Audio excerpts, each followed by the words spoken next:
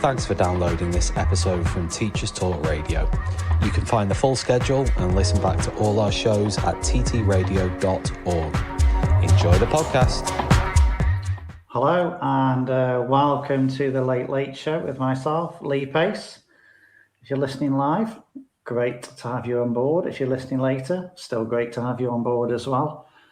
Got a really great show planned tonight, a really great show.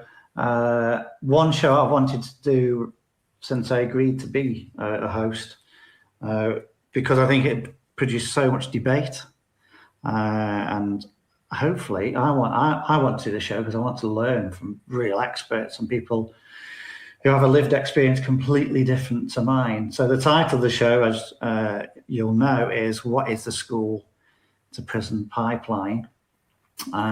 Just want to give a mention to a couple of sponsors on the show. So Hachette Learning, the show is brought to you in partnership with Hachette Learning, publishers of professional development books and resources that support great teaching and learning in schools around the world. Level up your professional development today and visit www.hachetlearning.com to explore the full range of titles. So before I introduce my guests, I like to give my take on the school to prison pipeline. And I deliberately chose this. It's an idea. I'm not saying I don't like it. Because it's too big a thing to say.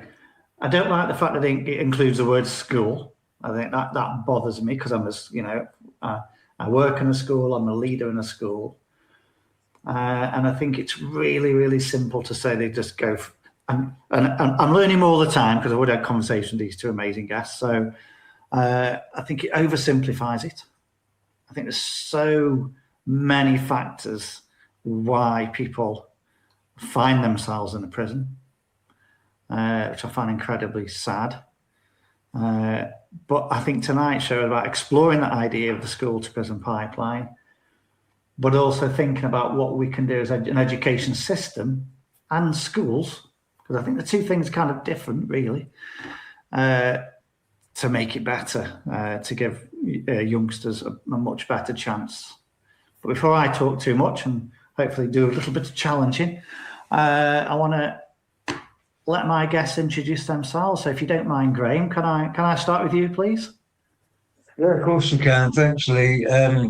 I'm Graham Frost, and I was in Borstal when I was a very young man, a long time ago, because I got in trouble with the police and for burglary and theft.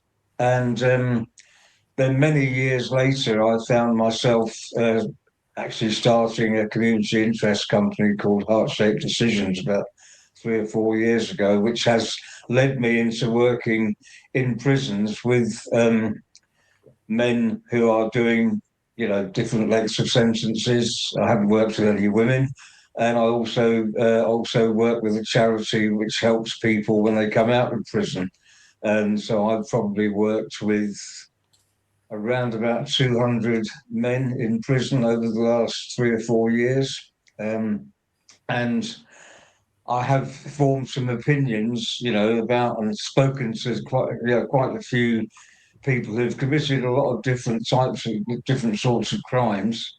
I've talked to them about their background and how they got into crime sometimes, and got to know some of them quite well, and that has helped me to sort of form some opinions on the different reasons why people go into prison. Thank you. And David, if you don't mind introducing yourself a little bit. Thank you, Lee, and good evening, everyone. I'm David Breakspear. Like Graham, I've got lived experience of the criminal justice system, and I've also got lived experience of the subject that we're talking about, the school to prison pipeline. These days, since turning my life around, following my 9th and final prison sentence in 2017, I've been using my lived experience to not change the world, but using my lived experience to try and influence the way that people think. Because it's quite easy to see people in the criminal justice system as bad, when the majority of people in the criminal justice system are normally good people that have made bad decisions. And yeah, so that's me. It's really interesting to say that. A few years back, I worked in a school in Wolverhampton, and one of our parents was a deputy governor at Featherstone Prison. And he invited me and my friend Pep to do a couple of sessions. We were doing some philosophy in school, and we went into the prison to do some philosophy sessions with them. And what you've just said is exactly how I described these people that I met, that these are good people that made some bad decisions. And it's not just about making bad decisions or making bad choices, it's about the platform from which those decisions and choices are made from. Yeah. As I mentioned when we were talking before we started about how we view things from our own perspective, and about you shouldn't really judge someone until you've walked a mile in their shoes. No. So let's get back to the big question then. So what is the school to prison pipeline? Well, look, for me, the school to prison pipeline, I use it as a way of explaining, if you like, why the same groups of people keep ending up in the criminal justice system. Mm-hmm. And just to kind of, if you like, throw some figures your way, SEN students, special educational needs students, make up 17% of the school population. However, they make up 50% of all permanent exclusions. That just on its own speaks for itself. Do you know what I mean? Making up 17% of the school population and 50% of permanent exclusions. Now, I'm someone who was late diagnosed. I wasn't diagnosed with ADHD until 2010. And as you heard, I hadn't turned my life around until 2017. Because for me, at that time, it was just another label. I'd been so used over my life to be given labels that it was just another label that I was given amongst many labels. And it wasn't until, 2015 when I started to turn my life around. I was released from prison in 2017, that I started to really understand about myself and the reasons. No, it wasn't looking for excuses. It was looking for reasons. And the way I look at it is knowing that I was ADHD kind of gave me excuses, if you like, but understanding my ADHD is where I received or I got the reasons, and I was able then to kind of create for myself a map and find my own way out of the criminal justice system. But the reason why I'm saying that is because one thing that I'm really passionate about are children who are neurodivergent. And I think that we're unfortunately letting them down. And the figures speak for itself. Yeah. I would agree with everything David says there, because I'm not neurodivergent myself, although funnily enough, a few years ago, I saw a presentation about autism and I looked at it, I thought, I've got one or two of those traits, but very, very light. But I certainly haven't got ADHD. But what I can say is that probably 75-80% of the guys that I've worked with in prison and coming out of prison, they have got some kind of neurodiversity going on. They've got ADHD. Some of them have got ADHD. They've got OCD. They are people who have a lot of the time struggled in mainstream education, because the system doesn't actually have enough space for to look after them properly. Let's be honest, school is set up for people to go on to college and university.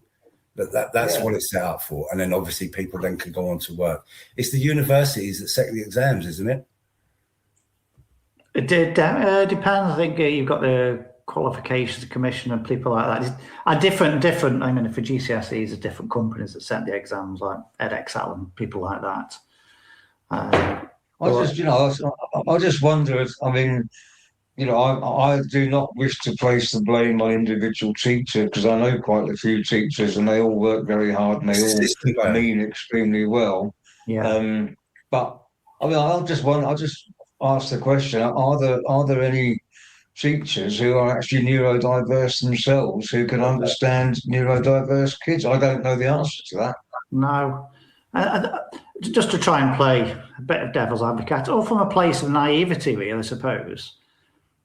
And you talked about neurodiversity. Obviously, I work with lots of neurodiverse children.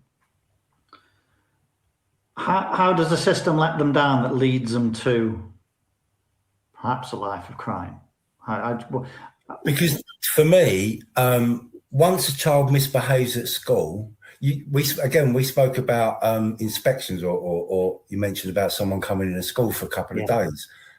Imagine how that makes you feel, or we don't have to imagine, you know how, or Ofsted coming into the school. It must put people on edge, adults, teachers on edge. Ofsted, imagine a child that's been in trouble and then all of a sudden they're put under surveillance.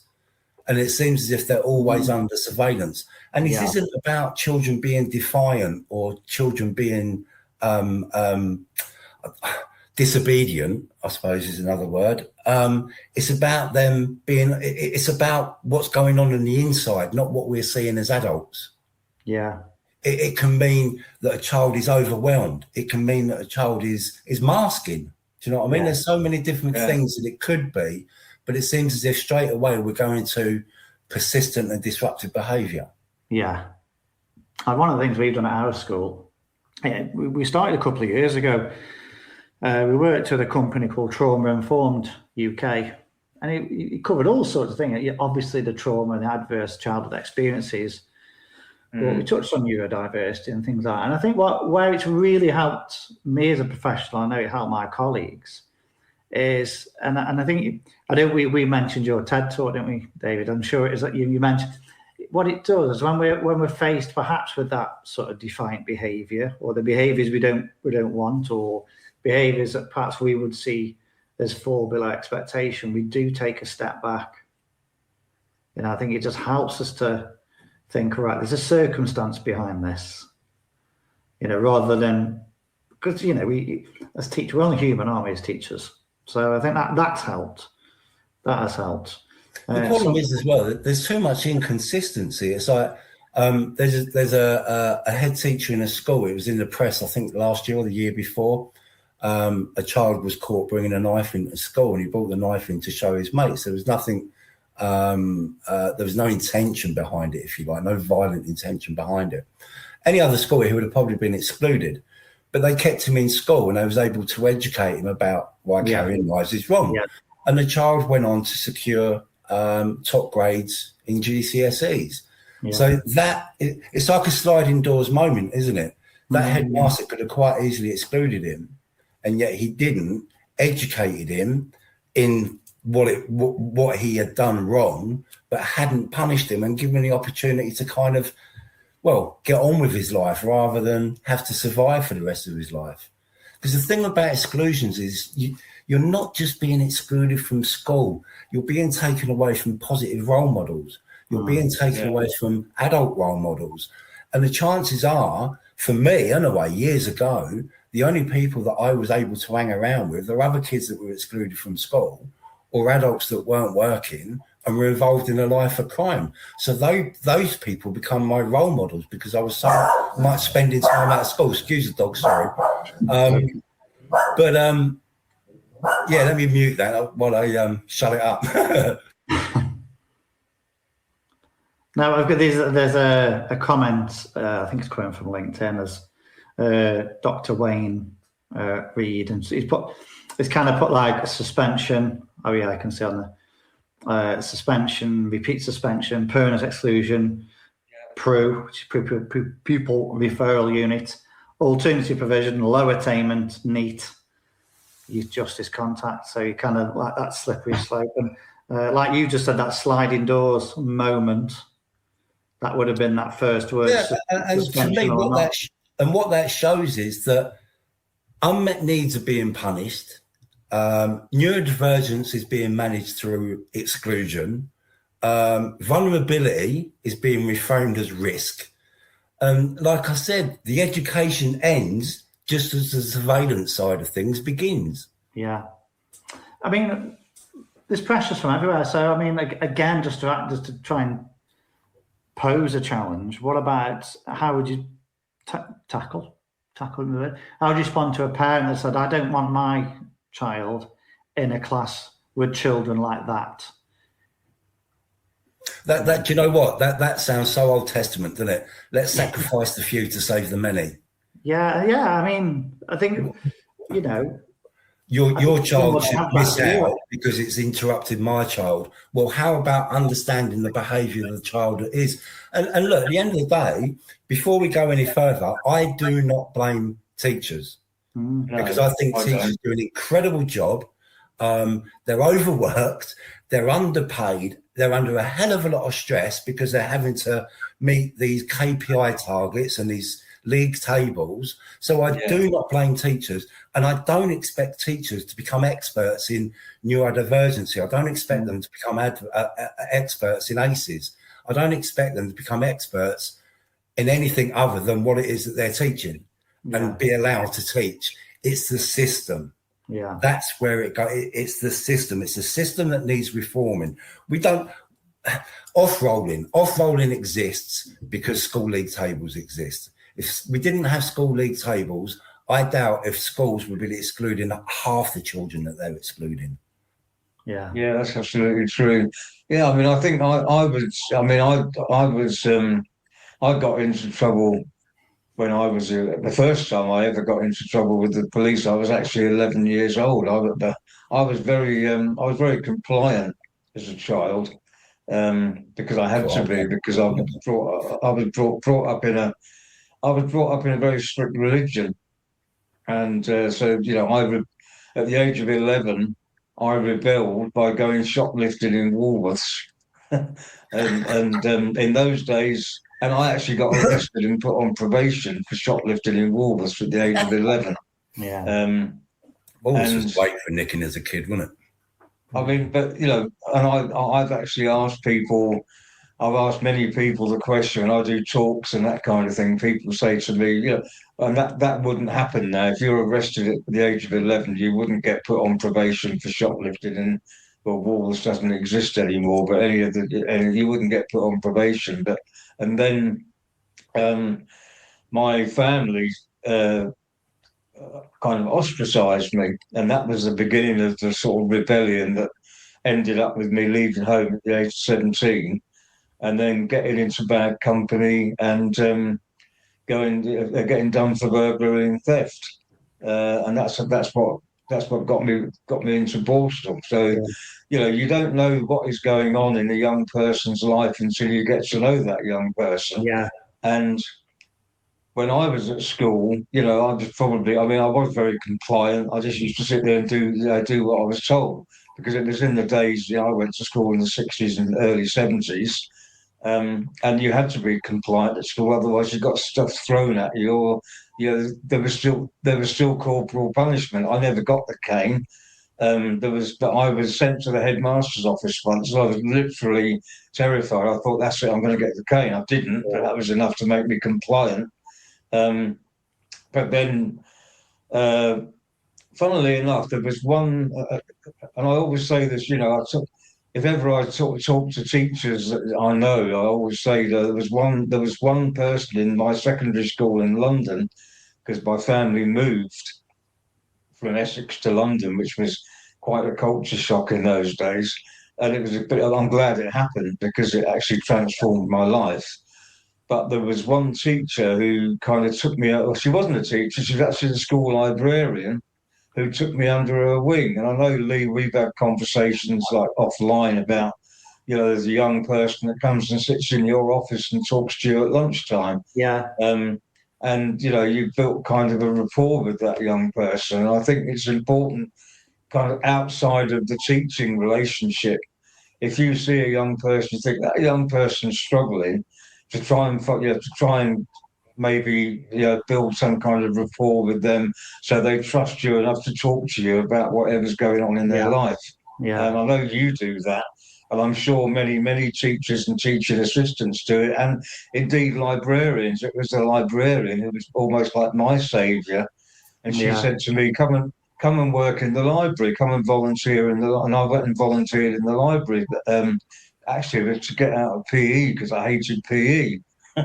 But I look back on, and her name was Susan Martin, and I often she'd be in her 80s now, she's still alive. But I look back on her, and she was one of the positive influences in my life. And teachers do have that fantastic opportunity to be a positive influence on a young person who's having a troubled life. See, my problem, Graham, is I'm the youngest of 6. So I've got 2 brothers and 3 sisters. And I had to follow them through infant school or primary school, whatever you call it these days, and junior school. And of course, as a child, one thing that we all struggle is an identity. So you can imagine that, and it wasn't just at school as well, it was in my own home, but I'd be called by my siblings' name before I get called by my name. In the community, in the local community, it's like, oh no, it's not Kevin, it's David. So, and then I'd be in school and it'd be like, you're not like your brother, you're not like your sister. Oh, you don't, you know what I mean? So it's like, as a kid, I'm always being compared to one of my siblings. And then when I hit the secondary school I went to, 2 of my cousins had gone now and they were quite badly behaved. And as soon as I was behaving badly in that school, you're just like your cousins. So that kind of behaviour was being validated. It's like, great, I've got an identity. And it's like I became challenging, disruptive. I became a troublemaker. The schools were happy to label me a challenging, disruptive and as a troublemaker. So that was my identity. And my purpose was to play up to those labels as much as I possibly could. I went to, I was under a child psychologist, I can't remember which, but he diagnosed me as having conduct disorder.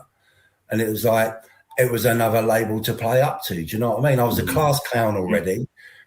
My kind of schoolmates, classmates, if you like, expected me to behave in a certain way. Some of the teachers wouldn't even let me in their classroom. Do you know what I mean? But my behaviour was so bad in their classroom. So I was buggered before I started. Do you know what I mean? Following. And the thing is, it's that how often do teachers do that? How often do teachers expect a sibling that follows another sibling to be exactly the same as that sibling that's already gone through, whether it's positive or negative? It's like we have to look at each child as an individual. And that's the thing. If you come from a certain postcode, teachers going to have, in particular schools, teachers going to have unconscious bias towards that postcode.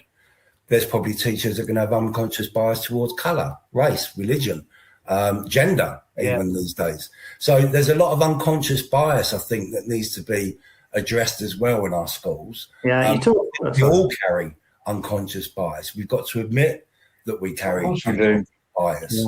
Yeah. Again, I said to you before we started that I don't know. It's only because I was involved in the criminal justice system and for so long that I care and that I want to use my lived experience to try and influence change and to influence the way that people think.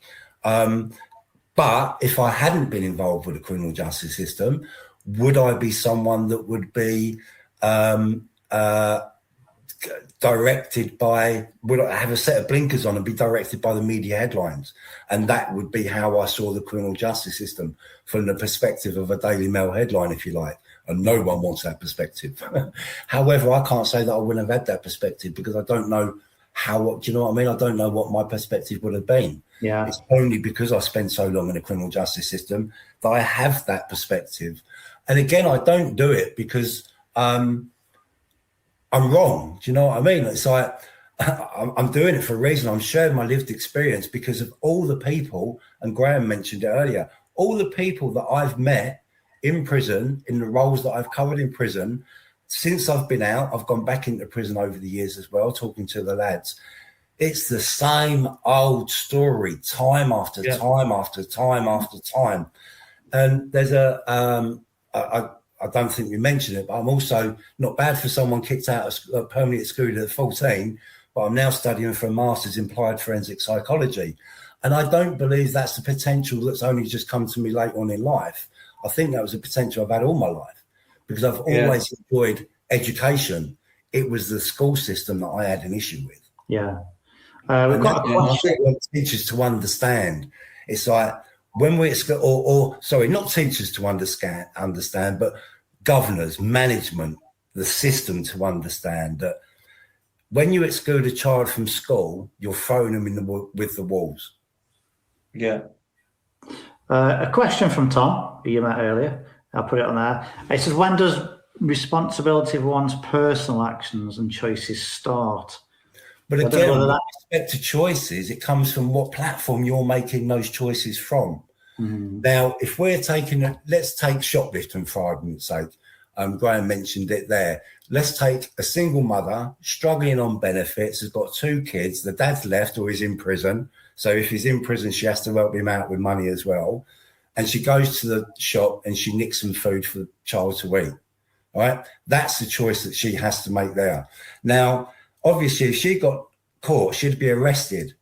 But her consequence isn't being arrested. Her consequence is her child not eating. So there's a shift in consequence. What the normal public would see as a theft, she sees as survival. So that's a choice. Do you know what I mean? She made a choice to go and steal the food, but she's doing it so she can feed her children. Yeah, is it? I think for me to answer that question, I think it starts at different times for different people, and for some people, they never get there. For instance, I mean, I was talking to a guy in prison. I'll never forget this particular guy. I'll never forget a lot of them, but he's actually an IPP prisoner, which means he's serving an indeterminate sentence. And I've met him a couple of times, and I'm hoping to meet him again actually later this year. And he started off. His father didn't figure in his life at all. His mother was a drug addict, and the first time he got nicked, he was 8 years old. He got nicked for stealing money from the church because the church was just down the road, and he knew there would be money in there because he'd been to church and he saw people putting money in the collection box, and so he knew there'd be money there. He went to the church to steal the money to go to the shop and buy food for him and his sister because his mother had no money because she'd spent it all on drugs. And that was when he was 8 years old, and that's the life he knew. And he told me, he said, he'd spent all his life in and out of prison from the age of about 12 or 13 in secure units and one thing and another, because he literally hadn't had any positive role models in his life at all. He didn't know how to, but he did take responsibility for feeding himself and his sister. You could argue, but I take responsibility for all my actions. Do you know what I mean? It's like, however, when I was at school, and we're talking about the 1980s, I had undiagnosed ADHD. I didn't know that. Do you know what I mean? I didn't understand why I was doing the thing. I didn't do things because I wanted to do them. Do you know what I mean? I'd done them kind of automatically, impulsively. Yeah. Do you know what I mean? Without thinking, taking risks without thinking of the consequences. Do you know what I mean? So I understand the question about responsibility and choice, but we don't allow young people to vote until they're 18. So if we want to go down that line, then we can say when someone's 18, that's when choice and responsibility becomes a legality, if you like. Yeah. I remember talking to one of the inmates. I don't know how you'd refer to it, a prisoner inmate. And they were talking to about a story when they got a puncture. And they went to change the wheel on their car, but they couldn't find the spanner. There was like a big spanner in there with it, and then so he walked to Halfords and just stole one. It never occurred to him that he might need to pay. It's just because that's not how he lived. So it wasn't even that he thought about the consequence. It just wasn't what he did. He never entered his head to pay for it. And I found that amazing, and that's why this is so interesting for me, who has no lived experience of your experience. If we talk about pipeline, I'm at the other end. The time when consequence hit home was when the cell door shut in prison on your first night. Yeah. That's when or when you're sitting in reception of a prison and you've got 4 years up your jacksie. Yeah. That's when it's like, that's when prison's a deterrent, not when you're in society. Yeah. Because if prison was a deterrent, if prison did, what it was supposed to do, we wouldn't have as many people in prison as we got now. No, and another thing, when I was talking to the deputy governor, I know, but he said people do complain about prison's not harsh enough, or prison's not this and prison's not that. This show is brought to you in partnership with Hachette Learning, publishers of professional development books and resources that support great teaching and learning in schools around the world. Level up your professional development today and visit hachetlearning.com to explore the full range of titles. Hey teachers, it's Tom here from Teachers Talk Radio, just dropping in to tell you about Teachers Talk Connect 2026. We are back with our amazing big annual CPD and networking extravaganza in Manchester. It's on Saturday the 14th of March and tickets are completely free for teachers. Just head over to ttradio.org/Connect 2026 to grab your ticket today. We can't wait to see you there. But what they do forget is that actually these people have to go back out and live in the community, and we have to prepare them for that. You know, in a perfect world, there'd be taxpayers and, good members of society, I suppose. And that's a lot better word. People are only one mistake away from going to prison. Yeah, yeah. Or I just have another one. I'm not over the limit. Get involved in a crash. You're over the limit. Drink driving. Someone's been killed. Whatever. Boom. Your whole life is going to turn around. Yeah. There, but for the grace of God, go I. Some people need to look at it as. And in schools, what's really interesting, all the different types of groups that you talk about, like some of the prisons with free school meals. Yeah, free school meals, free school meals, looked after children. Disproportionately, black children are more likely to be excluded. So in schools, disproportionately, children from the travelling gypsy community, Romani community, they're more likely to be excluded. Yeah, not Johnny, who lives on a lovely estate around the corner, like got his mum and dad. His dad's probably the governor. He ain't going to end up in prison. Do you know what I mean? No, he might get done later on in life because he's a cokehead, but we know these groups. And actually, schools be angry at his parents. Sorry. I'm going off on my. You're okay. You're okay. Yeah. What's really interesting is like all the groups that we find in prison, those with special educational needs, who've been on free school meals, being looked after in care, being excluded. Schools are aware of all these, and actually, I suppose we do attach some risk to them, but not in terms of going to prison. The risk we attach to them is they may not succeed in their academically. So that's what the school really is bothered about, isn't it? But surely that duty of care should extend beyond that, and that kind of. Right, okay, if we exclude this child, and you've got to consider their path as well, their kind of backgrounds as well. It's like, if they come from a family that have got a criminal past or are involved in criminality, if they come from a family who have a negative view of the education system, what chance have they got? Yeah. Where's the responsibility on society and the education system to give that child the best opportunity to make the best choices in life? There's responsibility and choice. Yeah. So good. And this, I think this ties in perfectly. Tom again. Thanks, Tom. So how do we prepare them for that choice or that responsibility at 18? I think it's getting back to a comment you made a little while ago. We build responsibility slowly, didn't we? Because at the end of the day, and the thing is, like Graham said, it's subjective to the individual. We talk about girls and boys in the criminal justice system, it's said, don't mature until they're 29 years old because of the environment and everything else that goes on in their life. So although I mentioned about 18, it's like, I'm only saying that because that's the age that we're legally allowed to vote and buy alcohol and gamble. So like when you think of responsibility and choice, there's a lot of responsibility and choice involved in those things that I've just mentioned. So, but yeah, so it's like, it comes down to the individual, doesn't it? It's like when it's responsibility and choice gets drip feeded. Yeah. Gets drip fed. When do they introduce options? Because it's like when you start school, you have to do what it's expected of you, aren't you? Yeah. Then you get to a certain year and you're allowed to choose certain. Yes, year 9. Year 9. So when they're it's 13 to 14. Kind of. Choice and responsibility comes with age, doesn't it? Yeah. As you get older, you're getting more and more responsibility. It's like you can drive your scooter at the age of 18, but you can't a 750. You have to be a certain age to drive a 750. You can't go out and drive a HGV straight off. You've got to have a license for this. Do you know what I mean? It's like responsibility and choice is a kind of sliding scale. The older you get, the more responsibility you should have. And hopefully that leads you to have more choice. But again, choice is something that's subjective.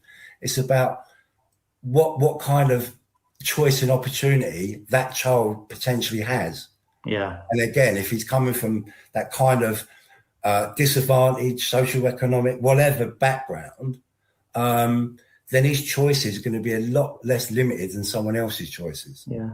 One of the ideas the government are putting forward, or they have put forward, is that if there is a suspension, and I think, don't quote me, I'm just trying to remember. Turn away, please. Yeah, so they do it internally. Now, resources aside, let's imagine the school has the resources and they're going to put some money into it. And they serve that suspension, say it's a 3-day suspension, they serve it within school. What do you think would really help them during that 3 days to make it incredibly productive? Because that would turn it on its head a little bit, wouldn't it? The sanction is, I suppose, that suspension, but it's not necessarily then they won't be as isolated. But what should happen with them? We want sorry, guys, I was going to say we want children to fall in love with learning. If you fall in love with learning, you're going to learn. And the way to do that is something that I was involved in a few years ago through the University of Gloucester, was something called RENIO, which is reintroducing education into young offenders. And basically there was something in there called authentic inquiry. And it's sitting the child down, speaking to the child and finding out what their interests and their likes and everything else are. And they've done this with children in a secure unit. And I was fortunate enough to be involved in a meeting where one of the managers brought some of the work into the meeting from some of these children in Vinnie Green secure unit. And the work that they produced, and we're talking about children that hated school, absolutely hated school, and they're designing these brochures that are, I mean, like they've been designed by university students, let alone children that are in a secure unit up in Bristol. It's just, it's about getting children, loving, love learning. Yeah. I'm really struggling with a cold, by the way, so I apologise. No, it's okay. Certainly not. I'm just playing the devil's advocate. And 24 years in education, and knowing the voice of some parents, probably a minority, they would say that's like they're having a reward for poor behaviour. How would you respond to that, Graham? I'd like to hear what. Because I know we have a few debates about this, Graham, and behaviour, don't we, in school? So going back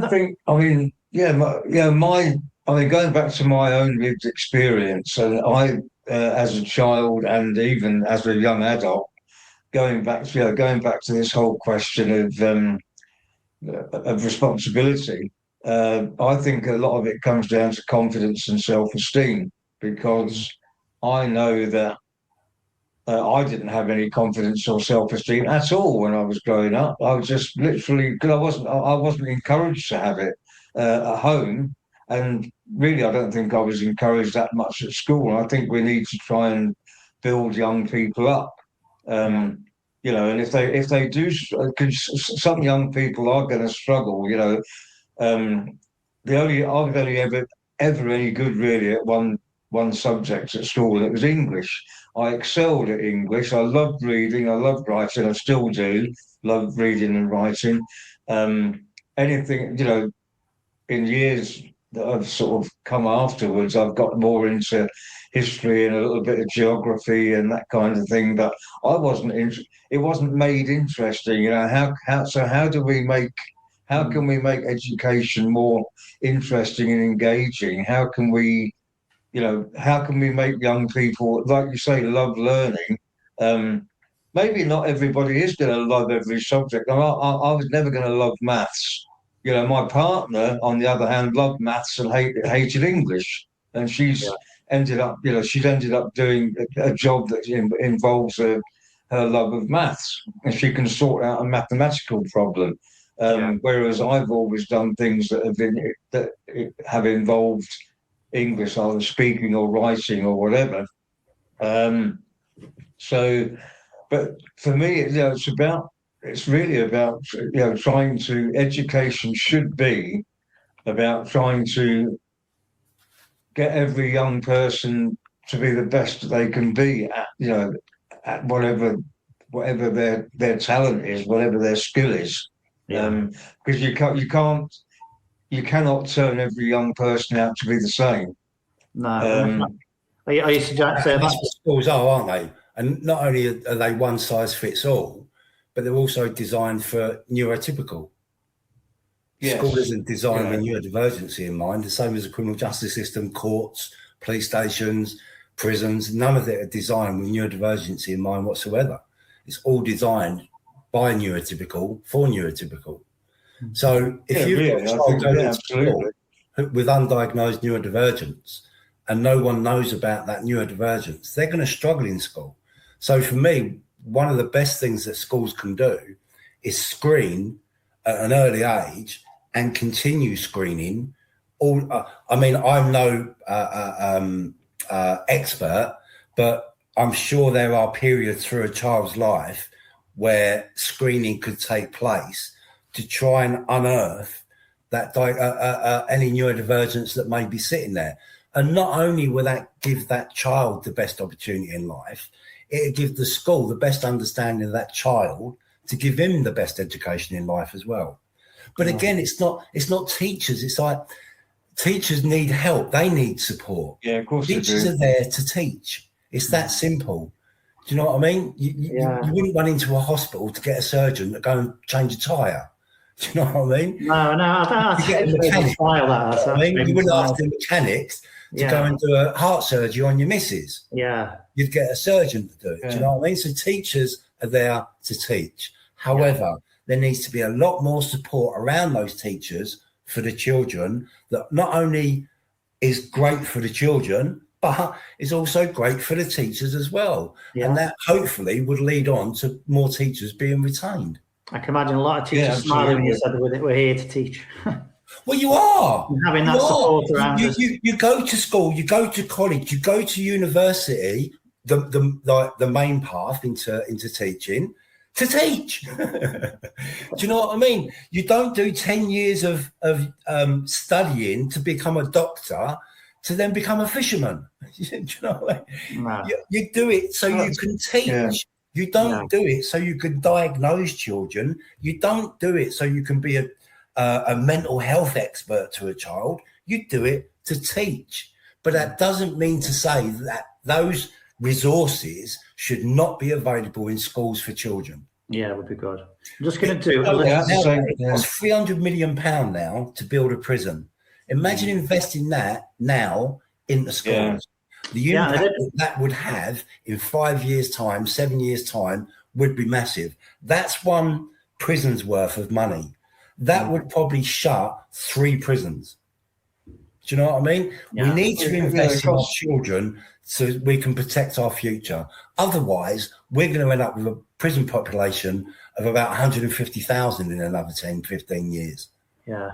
Yeah, but it costs £55,000 a year to keep somebody in prison. You could actually, it's actually more expensive than sending a child to fee pay in school.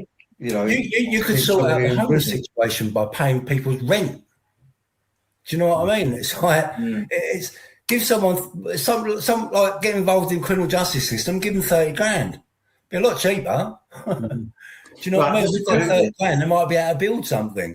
Just a quick segue. I just need to do a quick mention again. No worries. I'll come back to you in a second. So, just want to remind viewers, listeners, about Teachers Talk Connect, and that's back, our annual CPD and networking extravaganza. Join the TTR team on Saturday, the 14th of March in Manchester. Tickets are free. What are you waiting for? Head over to ttradio.org/connect26. So back, and I did actually read, Graham, the cost. I did actually read the cost of keeping someone in prison is £55,000 a year. That's the average. That's incredible. That's the average. I mean, That's the yeah, average. You look at somewhere like Wetherby, where it's like 12 to 17-year-olds. Forgive me if I'm wrong, but I'm sure it's 12 to 17-year-olds. It's like 155,000 a year. Yeah, there is a. It's a sliding scale. Your normal, your kind of lowest price is a Category C prisoner. Yeah. They're the lowest. And then you've got women in prison. I think they're around about £70,000 a year. So it's a sliding scale between all the different categories. Category A, high security prisons, they're a hell of a lot more expensive to run than £55,000 a year. That's for sure. Yeah. There's so much we could be doing better, I think, as a system. Of course, costs a lot. And I think there'll always be the finance thing, but like you say, lots of money goes into prisons because it has to, because there's people there, and it's increasing, isn't it? And I think it's good. They think it's going to be 100,000 in the prisons by 2030, and they're all getting older. We joked about our ages; we're all 50 plus. If we were in prison, we'd be more expensive than perhaps a 32-year-old. I don't know, because of, health and things like that. So I think it's just redistribution of money. And the other thing I read, I'm a math teacher, so I like statistics. I think it was something like 90% of the prison population have been permanently excluded, I think. That may have been young offenders. So, but it's, incredible risk factors, aren't that is young offenders. Yeah. Yeah. The last time. Go on, Graham. Look, I mean, everybody that I can remember, I've worked in Category B and C prisons, and I've worked with people coming out of prison, and I've said this before, but they all have had some kind of serious adverse childhood experiences. You don't end up in prison because things are going well.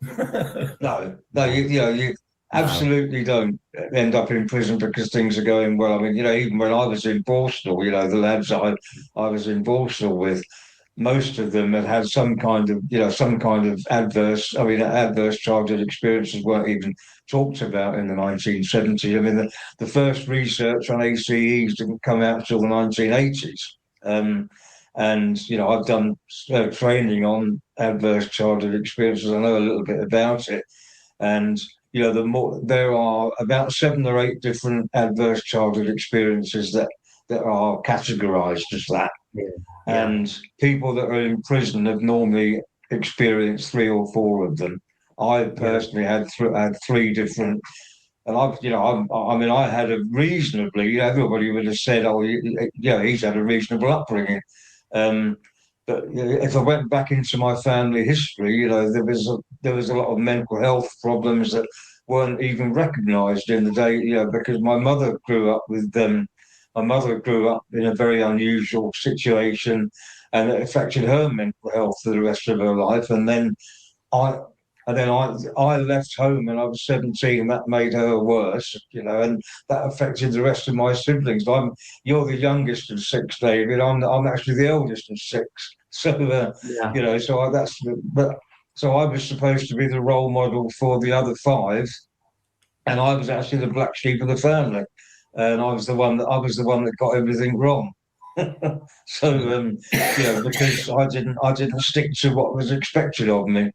But in later years, hopefully I've been able to put that right by being a positive role model for people. I can go into prisons, and I can say, despite the fact that I went off the rails at an early age, I came out of prison and did something useful with my life. I think that's what inspires me about both of you. Was I don't know whether coming out the other side's the right way to see. It's only the way I see it. Like you keep saying, David, you can only see it through your own eyes, can't you? But it could have been so much worse for you two, I think, is what I'm saying. But you've turned it around and thought, I can make a difference. I think I had when I was at school, I can think of a couple of good teachers that I had.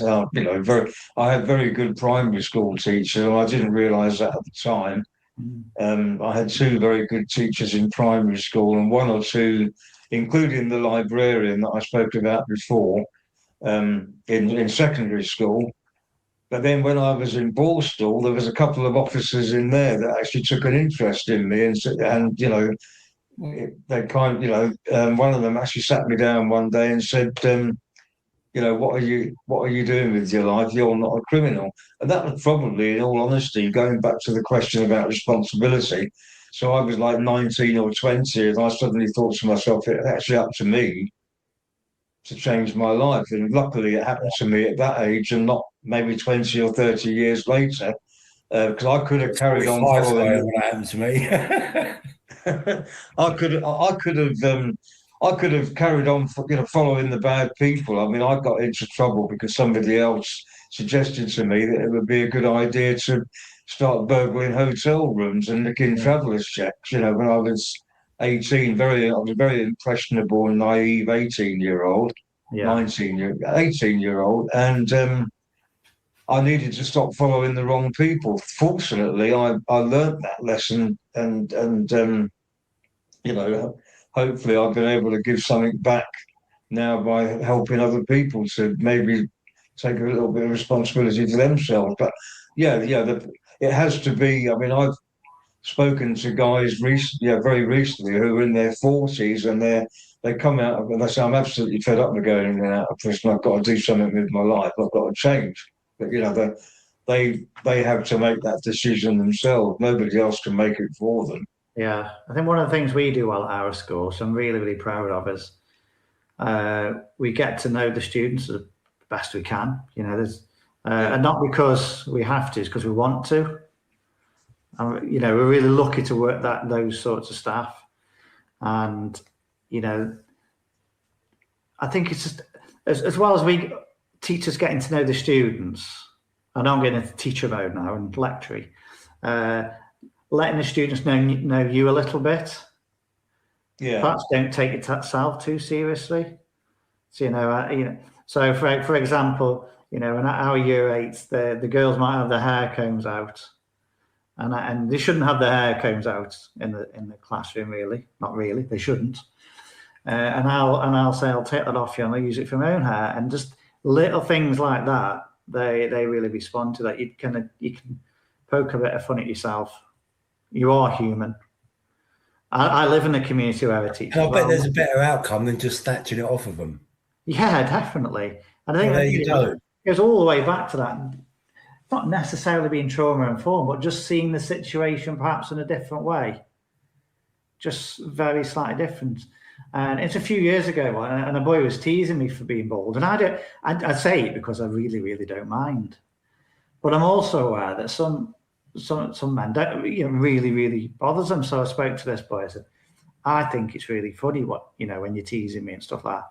But I don't want you to get in trouble, somewhere else where you tease someone that get hurt, because. But that's it comes back to that personal responsibility. I think the boy would have been 13 then, so he perhaps wouldn't know where that balance is, and it's up to us to just help them and guide them towards that as well. What you do as a child, you push boundaries. If you don't push boundaries, you won't learn. Yeah. You end up becoming a politician. Yeah. What was it called? I've been called a kiwi fruit. I think that was my best name. So. But I think it's having it. Yeah, you get it. So I suppose, yes, have the boundaries. I think we touched on consistency. You talked about the head teacher, being consistent. We try and be consistent with our approaches, but adaptable as well. I know some schools go very, very, and we're stepping into behaviour policies now, aren't we? But they go very, very zero tolerance. And I think you need consistency, you need the rules, because it's like little mini society schools, but also that adaptability. And also like you say there, Lee, that schools are mini societies. And when you're excluded from school, you're being excluded, it feels, from society. Yeah. It's as if you're the problem, you're the issue, when it's probably not. It's what's going on inside that the issue is. And it's just how that behaviour, we all know that behaviour is communication, and it's about asking the right questions so we can get to that communication. Do you know what I mean? What is this behaviour for? Why is he exhibiting or she exhibiting this behaviour. Yeah. And getting through that. And that for me is the important part of early intervention, because once someone gets excluded from school, I'm not saying it's going to happen to everyone, but you're in survival mode. And as a kid, you're not understanding why you're in this mode, if you like, especially if you're neurodivergent, undiagnosed neurodivergent. Yeah. And you don't understand what's going on in yourself. And you're going through all these changes anyway. You're going through your teenage years, got all these changes going on, undiagnosed neurodivergency, being suspended, class clown. Class clown is usually because someone's a people pleaser, not because they're naughty. And do you know what I mean? That's where they're getting their passion or their kind of zest for life from, by being the class clown. They don't usually start off as a class clown. They do one or two things and they get labelled as a class clown. And as I say, once you start getting these labels, they're the labels you start playing up to. Yeah. There's two footballers. Ian Wright, I'm sure everyone knows what I'm talking about the Ian Wright one. Where he met up with one of his teachers, the teacher. But there's also, I saw, remember the old Man United goalkeeper, Peter Schmeichel, Danish Peter Schmeichel. Yeah. When he was at school, his teacher, you're going to play for Denmark one day. You're going to play for Denmark one day. You're going to play for Denmark one day. And he played for Denmark one day. Yeah. Do you know what I mean? So it's really important. Whereas for me, you're not like your brother. You're not like your sister. Yeah. Do you know what? I used to play football for a local youth club, Concord Youth Club. And obviously you get reports in the newspaper. I changed my name. I changed my first name, but not my surname. But I don't, looking back, as I say, it's like, for me, it's all about identity and purpose. And I was struggling for my own identity because I was so peed off with being, and as I say, I'd go down to town, local town, someone would say something about my brothers or my sisters. The youth club I went to, someone would say something about my brothers. And, do you know what I mean? I followed those, my local park. It's when my brothers and sisters hung out. But just like, And then everything would also be getting back. My mum worked in the local newsagents. So everything would be getting back to my mum. My mum I'd get home and she'd tell me what I was up to. Oh, you were seen in Woolworths nicking stuff. You mentioned Woolworths. Yeah. You was in Woolworths nicking stuff. W.H. Smith nicking stuff. Such and such see you throwing something at such and shouting at the police. Do you know what I mean? It's like, so even more I was feeling under surveillance. So again, I had all of this kind of chaos going on in my brain with the undiagnosed ADHD and everything else, struggling for an identity, struggling for a purpose. And all of a sudden, like, I'm given these labels and it's like, well, hey, I know who it would be now. I play up to these labels and I go out with these other friends, so-called friends, start getting involved in crime, start getting pats on the back. You're brilliant at this. You're fantastic. You're great. All positive validation, but it was all positive validation in the criminal justice system and not in the education system. Yeah, too late. Yeah. Before we sum up, I'll just got to do a quick shout out, and then we'll come back and we'll sum up. That's been an hour, but I'll be back. Just give me 30 seconds. So this show is brought to you in partnership with Hachette Learning, publishers of professional development books and resources that support great teaching and learning in schools around the world. Level up your professional development today and visit www.hachetteLearning.com to explore the full range of titles. Okay, so going back to the original question, what is a school to prison pipeline? I still don't like the phrase, because I think school, because I just worry about schools, but I could absolutely, I just learned so much. And I think that idea of under surveillance, that's hit a bit home with me, I think. So how do we... Like I say, imagine how you feel when you've got Ofsted in your school. Now imagine a child that has to go to every class with his report card. Yeah. It's either going to work or it's going to send him completely the other way. Yeah. But it only worked temporarily. I mean, my report, when I used to get put on report, we used to get given it on a 1/4-inch bit of plyboard, A4 size, and it'd be sellotaped to that. And you'd have like, my report, excellent, very good, excellent. Next week, when I'm off report, get out of my classroom. Yeah. You know, it's that masking and playing up. Do you know what I mean? It's like, right, I better behave myself because I got this. But it was just, but then even that got too much. I'd been there. I'd be walking home from school and I'd throw it over the railway lines or whatever. But I think it's about, really, and it's very difficult to do when you've got a class of, 25, 30 young people. That's why they need support. That's why it's not the teacher's fault. Yeah. We can't expect the teachers to do everything. Do you know what I mean? No, not for the teachers to do everything, but they need support. They need. I guarantee you that 99.99% of teachers would want every single child to be successful in life. Of course. Of course they would. Of course they do, and they don't go out of their way to ruin a child's life through exclusion. And that's not. You don't go into teaching to not care about young people. It's a caring profession, isn't it? If you wanted money, you'd become a footballer. Do you know what I mean? Or a darts player. Well, can't all do that. You wouldn't go into teaching, would you? Because it's like, it's a thankless task. You get blamed for everyone.